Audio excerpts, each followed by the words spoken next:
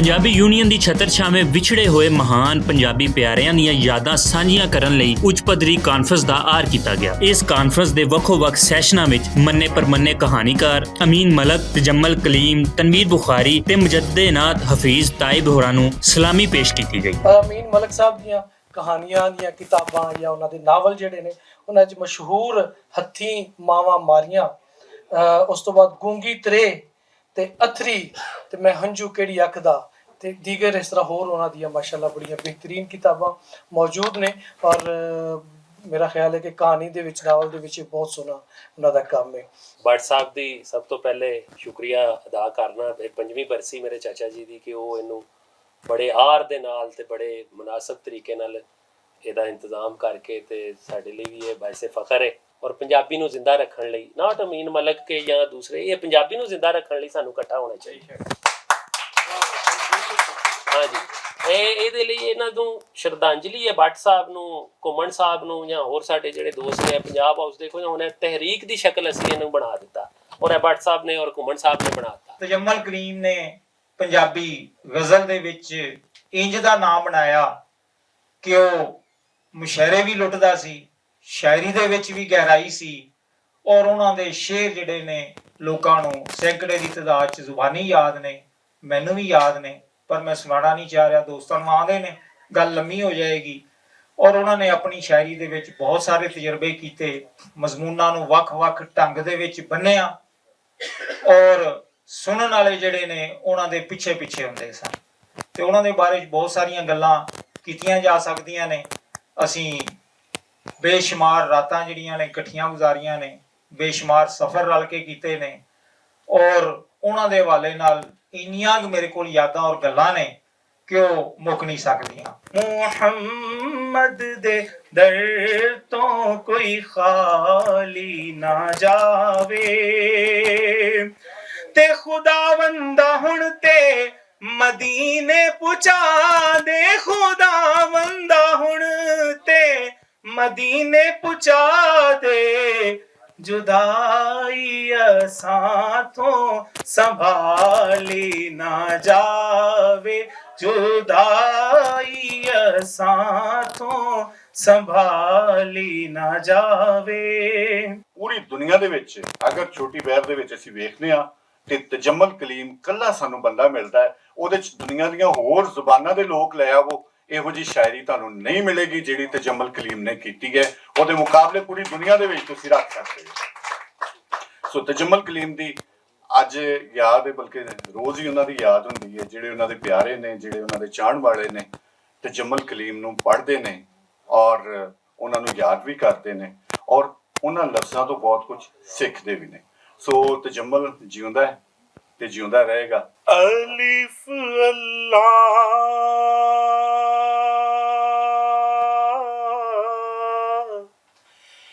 ਚੰਬੇ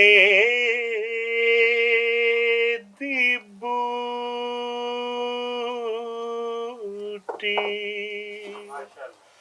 ਮੇਰੇ ਮਨ ਵਿੱਚ ਮੁਰਸ਼ਿਦ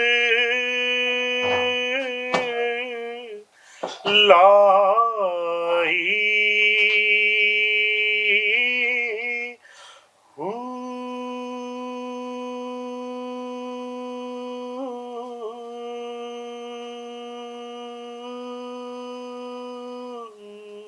जिस दिन ना मजदूरी रबे बूहे राही घर नहीं जाता कि बाला ने पुछना ਆਪਾਂ ਕੀ ਲਿਆਏ ਤੇ ਮੈਂ ਉਹਨਾਂ ਦਾ ਕਿਸ ਤਰ੍ਹਾਂ ਉਹਨਾਂ ਨੂੰ ਫੇਸ ਕਰਾਂਗਾ।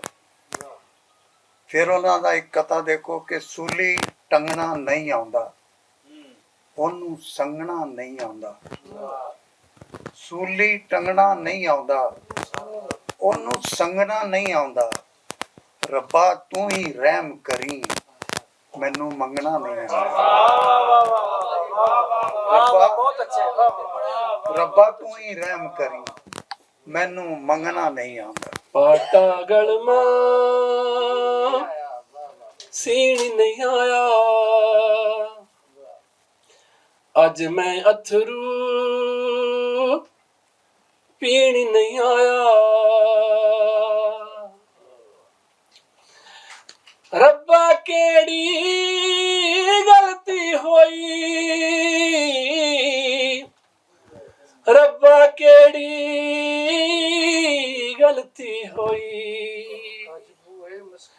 ਬੂਹੇ ਤੇ ਮਸਕੀਨ ਨਹੀਂ ਆਇਆ, ਬੂਹੇ ਤੇ ਮਸਕੀਨ ਨਹੀਂ ਆਇਆ। ਕਾਂ ਬੋਲਦੇ ਨਹੀਂ ਬਨੇਰਿਆਂ ਤੇ, ਰੁੱਤਾਂ ਯਾਰ ਦੀ ਖਬਰ ਲਿਆਂਦੀਆਂ ਨਹੀਂ। ਦੂਰ ਗਿਆਂ ਤੇ ਸੁੱਖ ਸੁਣਾ ਲੈ ਕੇ, ਹਵਾਈ ਦੇਸ਼ ਮੇਰੇ ਫੇਰਾ ਪਾਉਂਦੀਆਂ ਨਹੀਂ। ਚੁੱਪਾਂ ਲੱਗੀਆਂ ਹਿਜਰ ਦੇ ਕੁੱਠਿਆਂ ਨੂੰ, ਬਿਨ ਸੱਜਣਾ ਰੌਣਕਾਂ ਬਾਂਦੀਆਂ ਨਹੀਂ। ਇੱਕ ਹਜੂਮੇ ਚਾਰ ਸੂ ਫਿਕਰਾਂ ਦਾ, ਤਨਹਾਈਆਂ ਵਿੱਚ ਨਿਗਾਹ ਸਮਾਂਦੀਆਂ ਨਹੀਂ। ਤਜਮਲ ਕਲੀਮ ਨੂੰ ਅੱਲਾਹ ਤਾਲਾ ਨੇ ਇਹ ਸਲਾਹੀਅਤ ਦਿੱਤੀ ਸੀ ਕਿ ਉਹ ਛੋਟੀ ਬੈਰ 'ਚ ਮੁਖਤਸਰ ਜਿਹੇ ਸ਼ੇਰਾਂ ਵਿੱਚ ਪੂਰੀ ਉਹ ਗੱਲ ਕਰ ਦਿੰਦਾ ਸੀ ਜਿਹੜੀ ਮੈਂ ਪੂਰੀ ਨਜ਼ਮ 'ਚ ਕਰਨੀ ਹੁੰਦੀ ਸੀ। ਮਿਸਾਲ ਦੇ ਤੌਰ ਤੇ ਇਹਨਾਂ ਦੁੱਖਾਂ ਨੂੰ ਉਹ ਕਹਿੰਦਾ ਹੈ ਕਿ ਅੱਖ ਖੋਲੀ ਤੇ ਦੁੱਖਾਂ ਦੇ ਜਾਲ ਵੇਖੇ, ਅੱਖ ਖੋਲੀ ਤੇ ਦੁੱਖਾਂ ਦੇ ਜਾਲ ਵੇਖੇ, ਉਤੋਂ ਹੰਡ ਦੇ ਜ਼ਿੰਦਗੀ ਨਾਲ ਵੇਖੇ। ਇੱਕ ਦਿਨ ਸੀ ਹਿਜਰ ਦਾ ਸਾਲ ਵਰਗਾ, ਅਸੀਂ ਦਿਨ ਨਹੀਂ ਸਾਲਾਂ ਦੇ ਸਾਲ ਵੇਖੇ। ਇੱਕ ਦਿਨ ਸੀ ਹਿਜਰ ਦਾ ਸਾਲ ਵਰਗਾ, ਅਸੀਂ ਦਿਨ ਨਹੀਂ ਸਾਲਾਂ ਦੇ ਸਾਲ ਵੇਖੇ। ਅਸਾਂ ਵੇਖਿਆ ਲਹੂ ਦਾ ਰੰਗ ਚਿੱਟਾ, ਖੂਨ ਸਫੈਦ ਹੋ ਗਏ। ਅਸਾਂ ਵੇਖਿਆ ਲਹੂ ਦਾ ਰੰਗ ਚਿੱਟਾ ਅਤੇ ਰੰਗ ਕਪਾਵਾਂ ਦੇ ਲਾਲ ਵੇਖੇ।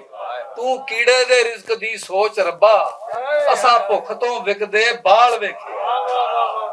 ਖਿੱਲਰ ਪੁੱਲਰ ਕੇ ਜ਼ਰਿਆਂ ਵਾਂਗ ਥਾਂ ਥਾਂ, ਕਿਸੇ ਕੀ ਵਜੂਦ ਬਹਾਲ ਰੱਖਣਾ। ਉਹ ਮੈਂ ਆਵਾਂਗਾ ਨਾਲ ਹਨੇਰੀਆਂ ਦੇ, ਓ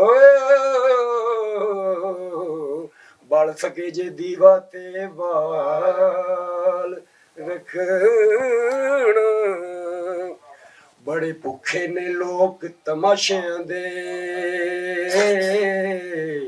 ਪੱਲੇ ਕੁਝ ਨਾ ਕੁਝ ਕਮਾਲ ਰੱਖਣਾ। ਉਹ ਐਵੇਂ ਕਿਤੇ ਅਨਕੜਤ ਨਾ ਰਹਿ ਜਾਣਾ, ਕਿਸੇ ਸੱਚੇ 'ਚ ਖੁਦ ਨੂੰ ਟਾਲ ਰੱਖਣਾ।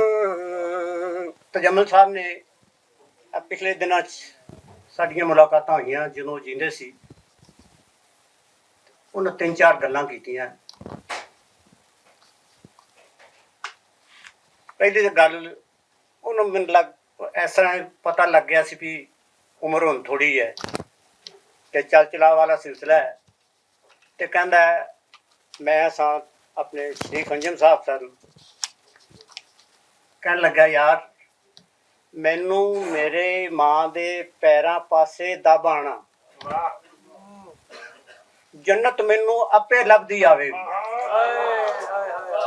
ਜੇ ਗੱਲ ਸ਼ੇਖ ਅਲ ਮਸ਼ਾਇਖ ਜਨਾਬ ਹਫੀਜ਼ ਤਾਇਬ ਸਾਹਿਬ ਦੀ ਕਰੀਏ ਤੇ ਅਹਿਮਦੇ ਮੁਰਸਲ ਦਾ ਉਹ ਆਸ਼ਕ ਜਿਹੜਾ ਦੰਦੇ ਚਨਾਹ ਦੇ ਉੱਤੇ ਅਹਿਮਦਾਨਗਰ ਪਿੰਡ ਵਿੱਚ ਹੀ ਜੰਮਿਆ, ਮੇਰੀ ਉਹਨਾਂ ਨਾਲ ਮੁਲਾਕਾਤ ਘੱਟ ਸੀ।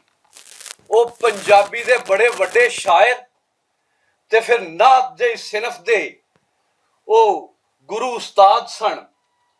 ਲੇਕਿਨ ਮੇਰੇ ਵਿੱਚ ਜਿਹੜੀ ਆਪਣੀ ਜਟਾਤਰ ਵਾਲੀ ਇੱਕ ਅਕੜੇਮ ਹੈ, ਉਹਦੀ ਵਜ੍ਹਾ ਕਰਕੇ ਮੈਂ ਹਯਾਤੀ ਦੇ ਕਈ ਵਰੇ ਉਹਨਾਂ ਦੇ ਨੇੜੇ ਨਾ ਹੋਇਆ।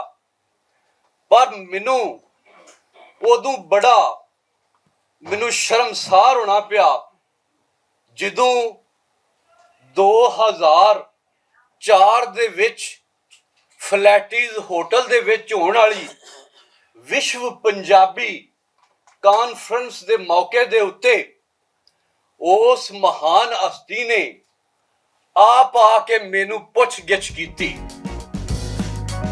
ਗੱਲਬਾਤ ਕਰਨ ਵਾਲਿਆਂ ਇਹਨਾਂ ਮਹਾਨ ਹਸਤੀਆਂ ਬਾਰੇ ਆਪਣੇ ਵਿਚਾਰ ਸਾਂਝੇ ਕੀਤੇ ਤੇ ਆਖਿਆ ਕਿ ਸਾਹਿਤਕ ਦੇ ਆਕਾਸ਼ ਉੱਤੇ ਚਮਕਦੇ ਇਹ ਸਭੇ ਸਿਤਾਰੇ ਆਪਣੀ ਆਪਣੀ ਥਾਵੇਂ ਵਡਿਆਈਆਂ ਵਾਲੇ ਸਨ। ਬੁਖਾਰੀ ਸਾਹਿਬ ਦੀ ਗੱਲ ਕਰੀਏ ਤੇ 1980 ਵਿੱਚ ਕਰਾਚੀ ਤੋਂ ਇੱਕ ਕਿਤਾਬ ਛਪੀ ਸੀ ਮਸਤ ਫਕੀਰ, ਜਿਹਦੇ ਮਰਤਬੀਨ ਵਿੱਚ ਰਊਫ ਸ਼ੇਖ ਦਾ ਨਾਮ ਮੌਜੂਦ ਸੀ।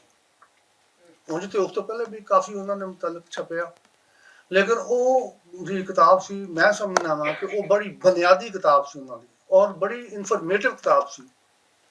ਉਹ ਮਤਲਬ ਕੋਈ ਪ੍ਰੋਫੈਸ਼ਨਲ ਕਿਤਾਬ ਨਹੀਂ ਸੀ। ਉਹਦੇ ਵਿੱਚ ਬਹੁਤ ਸਾਰੀਆਂ ਗੱਲਾਂ ਐਸੀਆਂ ਹਨ ਜਿਨ੍ਹਾਂ ਨੂੰ ਸ਼ੇਅਰ ਕੀਤਾ ਜਾ ਸਕਦਾ।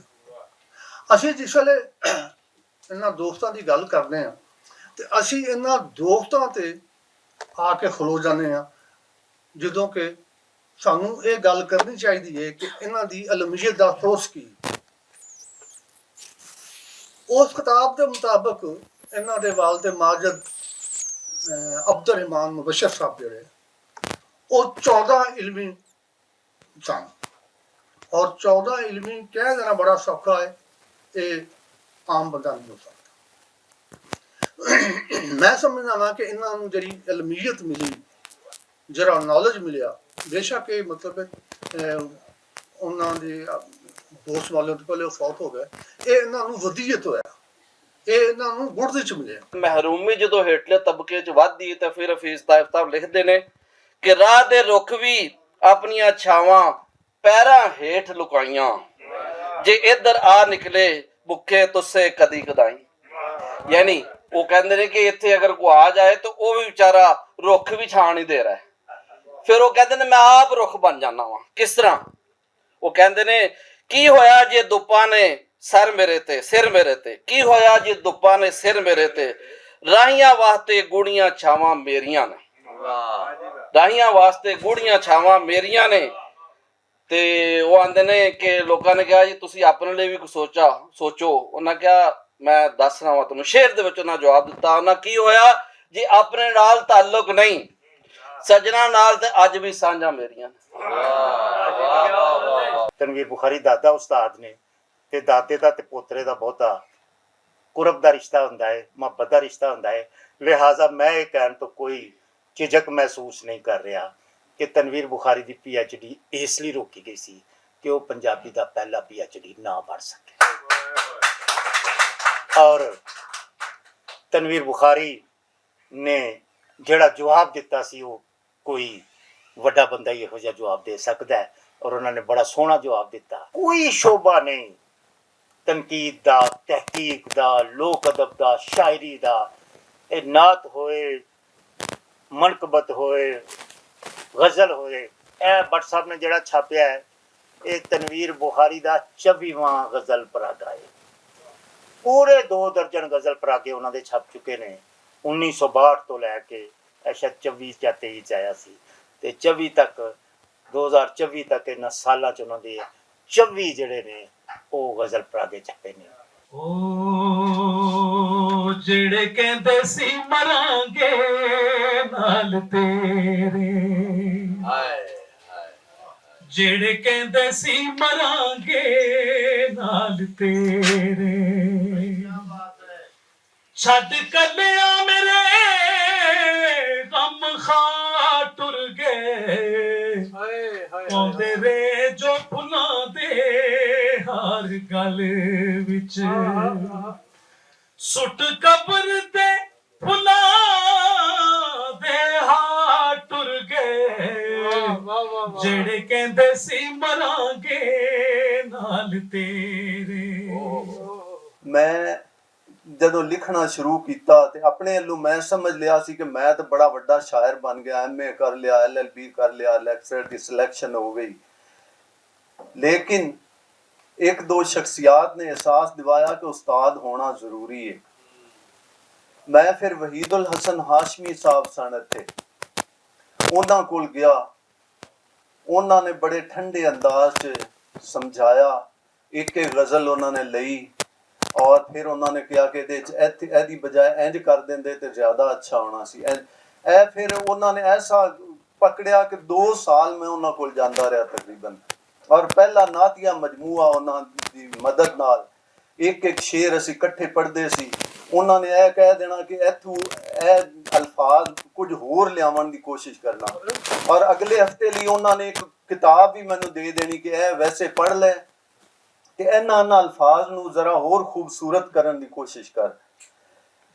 2 ਕੁ ਸਾਲ ਬਾਅਦ ਜਦੋਂ ਮੈਂ ਮਜਮੂਆ ਤਰਤੀਬ ਦਿੱਤਾ ਤੇ ਮੈਂ ਕਿਹਾ ਵੀ ਹੁਣ ਇਹ ਹੋਰ ਕਿਸੇ ਨੂੰ ਵਿਖਾਣਾ ਚਾਹੀਦਾ ਹੈ ਕਿ ਤੁਹਾਡੇ ਖਿਆਲ 'ਚ।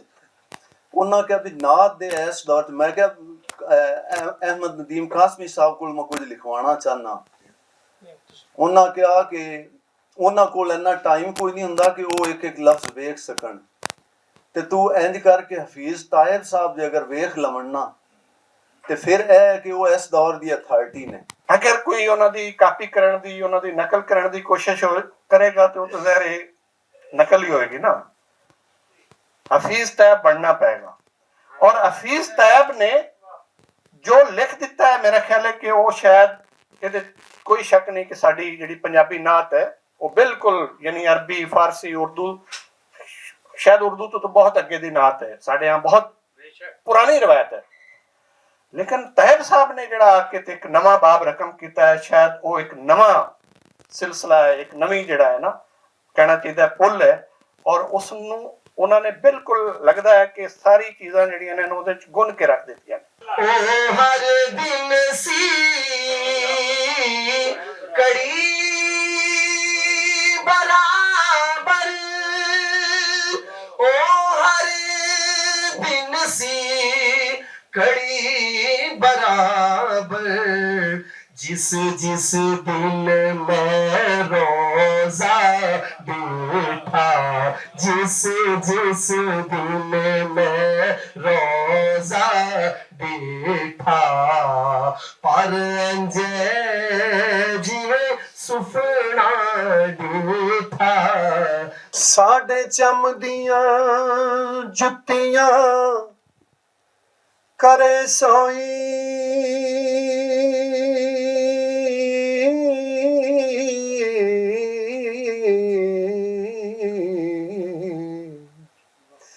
जेड़ा जिउदा रोग गुआमदा,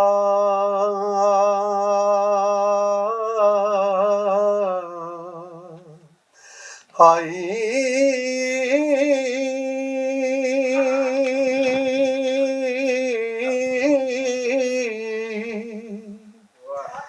भला दस खां चिरी वछुनिया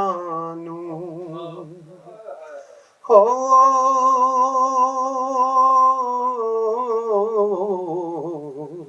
खड़ा है दर पे ये बेटा कनीज़े फातिमा का, खड़ा है दर पे ये बेटा कनीज़े फातिमा का, फिगंदा सर है ताइब गुलाम ज़ादा है। ਰਲਤੀਆਂ ਆਖਿਆ ਕਿ ਪੰਜਾਬ ਦੀ ਧਰਤੀ ਅਜਿਹੀਆਂ ਹਸਤੀਆਂ ਦੀ ਹਮੇਸ਼ਾ ਮਕਰੂਜ਼ ਰਹੇਗੀ ਜਿਨ੍ਹਾਂ ਆਪਣੀ ਹਯਾਤੀ ਆਪਣੀ ਬੋਲੀ ਦੀ ਸੇਵਾ ਦੇ ਨਾਮੇ ਲਾਈ। ਹਫੀਜ਼ ਤਾਇਬ ਸਾਹਿਬ ਐਸੀ ਸ਼ਖਸੀਅਤ ਸਨ ਜਿਨ੍ਹਾਂ ਨੇ ਨਾਤ ਦੇ ਹਵਾਲੇ ਨਾਲ ਪੂਰੇ ਮੁਤਵਾਜ਼ਨ ਅੰਦਾਜ਼ ਦੇ ਨਾਲ ਬਹੁਤ ਉਚਾਈ ਤੱਕ ਜਿਹੜਾ ਵੇ ਉਹ ਜ਼ਿੰਦਗੀ ਦੇ ਮਸਾਇਲ ਨੂੰ, ਨਬੀ ਪਾਕ ਦੀ ਜ਼ਿੰਦਗੀ ਨੂੰ, ਆਪਣੀ ਜ਼ਿੰਦਗੀ ਦੇ ਮਸਾਇਲ ਨੂੰ, ਸਾਡੇ ਮੁਆਸ਼ਰੇ ਦੇ ਮਸਾਇਲ ਨੂੰ ਔਰ ਇੱਕ ਉੱਚਾ ਮੁਕਾਮ ਦੇ ਕੇ ਉਹਨਾਂ ਨੇ ਨਾਤ ਨੂੰ ਸਾਡੇ ਸਾਹਮਣੇ ਲਿਆਂਦਾ। ਔਰ ਸਾਡਾ ਇਹ ਫਖਰ ਹੈ ਕਿ ਹਫੀਜ਼ ਤਾਇਬ ਸਾਹਿਬ ਨੂੰ ਅਸੀਂ ਅੱਜ ਵੀ ਪੜ੍ਹਾਉਂਦੇ ਪਏ ਹਾਂ ਔਰ ਅਗਲੇ ਨਸਲਾਂ ਵੀ ਜਿਹੜੀਆਂ ਨੇ ਉਹਨਾਂ ਨੂੰ ਹਫੀਜ਼ ਤਾਇਬ ਦੀ ਨਾਤ ਨੂੰ ਪੜ੍ਹਨਾ ਚਾਹੀਦਾ।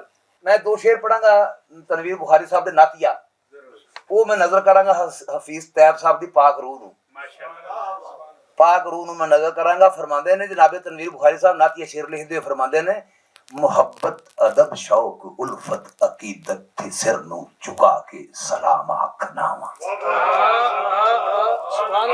मोहब्बत अदब शौक उल्फत अकीदत थे सिर नूं झुका के सलाम आखनावा।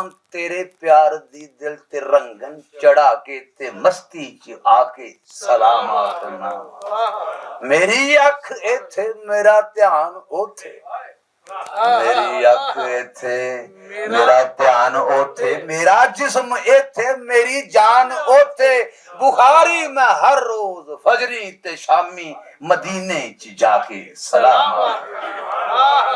ਜੇਕਰ ਅਸੀਂ ਕਹਾਣੀ ਦੇ ਖੇਤਰ ਦੀ ਗੱਲ ਕਰੀਏ ਤੇ ਬਤੌਰ ਆਮ ਕਾਰੀ ਬੇਸ਼ੱਕ ਮੈਂ ਸੂਝਵਾਨ ਨਾ ਹੋਵਾਂ, ਮੇਰਾ ਤਨਕੀਦ ਦਾ ਖੇਤਰ ਨਾ ਹੋਵੇ, ਮੈਂ ਖੋਜ ਪਰਖ ਦਾ ਇਲਮ ਨਹੀਂ ਰੱਖਦਾ, ਲੇਕਿਨ ਜੇਕਰ ਮੈਂ ਅਮੀਨ ਮਲਿਕ ਹੋਰਾਂ ਦੀ ਕੋਈ ਵੀ ਕਿਤਾਬ ਕਿਸੇ ਵੀ ਥਾਂੋਂ ਪੜ੍ਹਨੀ ਸ਼ੁਰੂ ਕਰਾਂਗਾ ਤੇ ਉਹਦਾ ਆਲ ਦੁਆਲਾ ਮੇਰੇ ਨਾਲ ਰਲ ਜਾਏਗਾ। ਮੈਂ ਆਪਣਾ ਇਸ ਵੇਲੇ ਚੋਂ ਨਿਕਲ ਕੇ ਉਹਨਾਂ ਕਿਰਦਾਰਾਂ ਦਾ ਬਾਂਹ-ਬੇਲੀ, ਉਹਨਾਂ ਕਿਰਦਾਰਾਂ ਦਾ ਹਮਰਾਜ਼ ਹੋ ਜਾਵਾਂਗਾ ਜਿਹੜੇ ਉਸ ਕਹਾਣੀ ਦੇ ਵਿੱਚ ਤਖਲੀਕ ਕੀਤੇ ਅਮੀਨ ਮਲਿਕ ਹੋਰਾਂ। ਜਿਨ੍ਹਾਂ ਸੱਜਣਾ ਦੀ ਯਾਦ ਮਨਾਈ ਗਈ, ਉਹਨਾਂ ਸਭ ਨੂੰ ਪੰਜਾਬ ਦੀ ਮਹਾਨਤਾ ਦੀ ਅਲਾਮਤ ਆਖਿਆ ਗਿਆ। ਇਹ ਗੱਲ ਵੀ ਕਹੀ ਗਈ ਕਿ ਸਾਡੀ ਨਵੀਂ ਪੀੜ੍ਹੀ ਨੂੰ ਆਪਣੇ ਇਹਨਾਂ ਬਜ਼ੁਰਗਾਂ ਦੀਆਂ ਲਿਖਤਾਂ ਪੜ੍ਹ ਕੇ ਆਪਣੀ ਰਹਿਤਲ ਤੇ ਬੋਲੀ ਦਾ ਨਾਮ ਉੱਚਾ ਕਰਨਾ ਚਾਹੀਦਾ ਹੈ। ਅੱਜ ਦੀ ਇਸ ਮਹਿਫਲ ਦਾ ਲੁਬੇ ਲੁਆਬ ਔਰ ਸਾਰਾ ਹਾਸਲੇ ਮਕਸਦ ਇੱਕੋ ਚੀਜ਼ ਹੈ ਕਿ ਅਸੀਂ ਉਹਨਾਂ ਬਾਬਿਆਂ ਦੀ ਤਾਲੀਮਾਤ ਤੇ ਅਮਲ ਕਰੀਏ, ਉਹਨਾਂ ਬਾਬਿਆਂ ਦੀ ਗੱਲਾਂ ਤੇ ਅਮਲ ਕਰੀਏ ਜਿਨ੍ਹਾਂ ਪੰਜਾਬੀ ਜ਼ੁਬਾਨ ਵਿੱਚ ਸਾਨੂੰ ਚੰਗੀਆਂ ਗੱਲਾਂ ਦੱਸੀਆਂ ਨੇ। ਸੋ ਪੰਜਾਬੀ ਜ਼ੁਬਾਨ ਦੀ ਬੜੋਤਰੀ ਵਾਸਤੇ, ਪੰਜਾਬੀ ਜ਼ੁਬਾਨ ਦੀ ਕਾਮਯਾਬੀ ਵਾਸਤੇ ਜਿੰਨਾ ਵੀ ਕੰਮ ਪੰਜਾਬੀ ਤਰੀਕਾਂ ਨਾਲ ਜੁੜੇ ਲੋਕ ਕਰ ਰਹੇ ਨੇ, ਸਾਨੂੰ ਮੋਢੇ ਨਾਲ ਮੋਢਾ ਲਾ ਕੇ, ਪੈਰਾਂ ਨਾਲ ਪੈਰ ਇਕੱਠੇ ਕਰਕੇ ਉਹਨਾਂ ਵਾਸਤੇ ਟੁਰਨਾ ਚਾਹੀਦਾ ਹੈ। ਕਾਨਫਰੰਸ ਦੇ ਅਖੀਰ ਉੱਤੇ ਚੌਧਰੀ ਇਲਿਆਸ ਘੁੰਮਣ ਹੋਰਾਂ ਪੰਜਾਬੀ ਬੋਲੀ ਦੇ ਵਧਾ ਲਈ ਕਰਾਰਦਾਦ ਪੇਸ਼ ਕੀਤੀ, ਜਿਹਨੂੰ ਮੁਤਫਿਕਾ ਮਨਜ਼ੂਰੀ ਦਿੱਤੀ ਗਈ। ਪਹਿਲਾ ਨੁਕਤਾ ਕਹਿ ਰਿਹਾ ਕਿ ਪੰਜਾਬ ਅਸੈਂਬਲੀ ਵਿੱਚ ਧਰੇ ਜਾ ਰਹੇ ਮਾਂ ਬੋਲੀ ਪੰਜਾਬੀ ਦੇ ਪੜ੍ਹਾਈ ਬਿੱਲ ਨੂੰ ਪਾਸ ਕਰਕੇ ਪੰਜਾਬੀ ਜ਼ਬਾਨ ਦੀ ਲਾਜ਼ਮੀ ਲਹਾਈ ਪੜ੍ਹਾਈ ਪੂਰੇ ਪੰਜਾਬ ਦੇ ਸਾਰੇ ਹੀ ਸਕੂਲਾਂ ਵਿੱਚ ਸ਼ੁਰੂ ਕਰਾਈ ਜਾਵੇ। ਮਨਜ਼ੂਰ ਹੈ ਤੁਹਾਨੂੰ? ਮੁਤਫਿਕ ਜੀ, ਇਹ ਅਸੀਂ ਮੁਤਫਿਕਾ ਤੌਰ ਤੇ ਇਸ ਕਰਾਰਦਾਦ ਨੂੰ ਜਿਹੜਾ ਪਾਸ ਕਰਨ ਦਾ ਜਿਹੜਾ ਉਹ ਐਲਾਨ ਕਰਨੇ ਹਨ। ਨੰਬਰ 2, ਪੰਜਾਬ ਦੀ ਕੋਈ ਹੋਰ ਵੰਡ ਕਿਸੇ ਵੀ ਰੂਪ ਵਿੱਚ ਕਰਨ ਦੀ ਨਿੰਦਿਆ ਕੀਤੀ ਜਾਂਦੀ ਹੈ ਤੇ ਪਾਕਿਸਤਾਨੀ ਪੰਜਾਬ ਦੇ ਮੌਜੂਦਾ ਜਗਰਾਫੀਏ ਨੂੰ ਹਰ ਹਾਲ ਵਿੱਚ ਬਰਕਰਾਰ ਰੱਖਿਆ ਜਾਏ। ਕੀ ਇਹ ਕਰਾਰਦਾਦ ਮਨਜ਼ੂਰ ਹੈ ਤੁਹਾਨੂੰ? ਜ਼ਿੰਦਾਬਾਦ। ਦੇਖੋ ਜੀ, ਇਹ ਤੁਸੀਂ ਭਰਵੀਂ ਸਾਡੀ ਸਪੋਰਟ ਕਰਦੇ ਹੋ ਪਏ, ਇਹ ਦੂਸਰੀ ਕਰਾਰਦਾਦ ਵੀ ਪਾਸ ਹੋ ਗਈ। ਨੰਬਰ 3, ਲੈਂਦੇ ਪੰਜਾਬ ਵਿੱਚ ਬੋਲੀਆਂ ਦੇ ਨਾਂ ਤੇ ਕਰਵਾਈ ਜਾਣ ਵਾਲੀ ਵੰਡ ਦੇ ਖਿਲਾਫ ਪਾਕਿਸਤਾਨ ਸਮੇਤ ਹਰ ਉਸ ਥਾਂ ਆਵਾਜ਼ ਚੁੱਕੀ ਜਾਏਗੀ ਜਿੱਥੇ ਪੰਜਾਬੀ ਵਸਦੇ ਨੇ। ਤੁਸੀਂ ਇਹਦੀ ਵੀ ਸਾਨੂੰ ਮਨਜ਼ੂਰੀ ਦੇਣੀ ਹੈ। ਯਾਨੀ ਦੁਨੀਆ ਦੇ ਵਿੱਚ ਇਸ ਤਹਿਰੀਕ ਨੂੰ ਆਸਾਂ ਪੰਜਾਬ ਪਾਕਿਸਤਾਨ ਨਹੀਂ, ਪੂਰੀ ਦੁਨੀਆ ਦੇ ਵਿੱਚ ਵੀ ਤੁਹਾਡੇ ਸਪੋਰਟਰ ਮੌਜੂਦ ਨੇ, ਉੱਥੋਂ ਤੱਕ ਲੈ ਕੇ ਜਾਣਾ ਹੈ। ਇਸ ਕਾਨਫਰੰਸ ਦੀ ਕਾਮਯਾਬੀ ਸਾਬਤ ਕਰਦੀ ਹੈ ਕਿ ਅਸੀਂ ਆਪਣੇ ਵੱਡਿਆਂ ਨੂੰ ਨਹੀਂ ਭੁੱਲੇ ਤੇ ਜਾਨ ਮਗਰੋਂ ਵੀ ਉਹਨਾਂ ਨੂੰ ਸਲਾਮੀ ਪੇਸ਼ ਕਰਕੇ ਇਹ ਗੱਲ ਤਸਲੀਮ ਕਰਦੇ ਹਾਂ ਕਿ ਉਹ ਦੇਸ਼ ਪੰਜਾਬ ਦੇ ਮੌਸਮ ਸਨ। ਕੈਮਰਾਮੈਨ ਅਲੀ ਕੈਸਰ ਤੇ ਉਸਮਾਨ ਬੱਟ ਦੇ ਨਾਲ ਅਲੀ ਬਾਬਰ ਬੱਟ, ਭੁਲੇਖਾ ਟੀਵੀ, ਪੰਜਾਬ ਹਾਊਸ, ਲਾਹੌਰ।